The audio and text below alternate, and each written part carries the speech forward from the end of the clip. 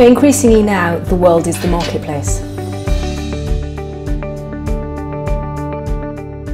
The traditional G7 will be replaced by the E7 countries now. When we look at China, Latin America, Russia, India, Turkey and so on. And the challenge for retailers going forward will be which market to enter and how, what is the political landscape and the implications of that for these retailers entering. The challenges of operating on an international level are far more complex because, there's the need to have that sensitivity to different nationalities and cultures. There's the language barrier.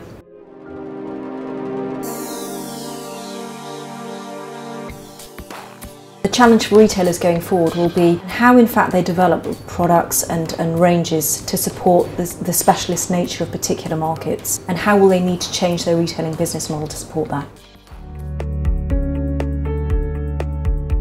We're seeing a massive increase now in a demand for a greater level of diversity on boards.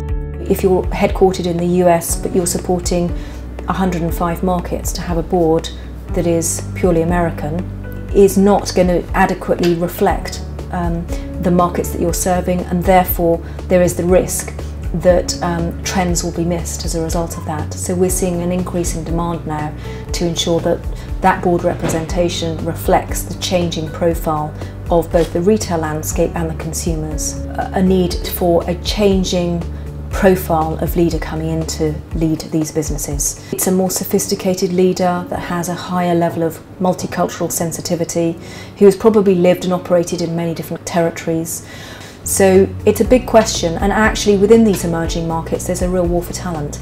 It's very difficult to find enough people for the demand that the markets are now producing, and there is very little loyalty, and the challenges from a leadership standpoint are immense in terms of ensuring that there is this sensitivity for local markets and a reflection of this both in the boardroom and also on the executive management teams. Technology is already transforming retail, and the implications going forward are even more considerable for the future, for the next 5 to 10 years. With the development of big data, the way in which mobile and e-commerce is affecting retail, and the way retailers respond to this challenge will separate the winners and the losers going forward.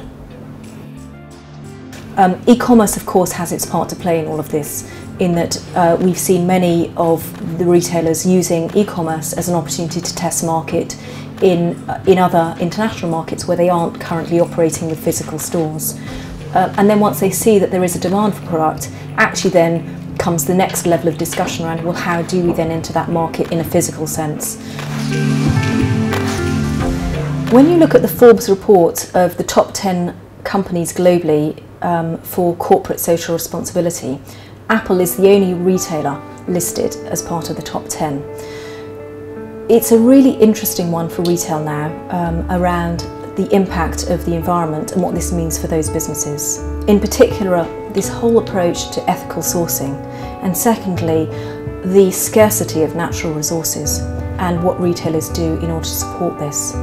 Going forward over the next 5 to 10 years, these two will become increasingly important, and the implications of this are significant, both in terms of customers' right to veto, shareholder activism, and indeed the impact of brand damage and brand reputation as a result of retailers' response to their focus on corporate social responsibility.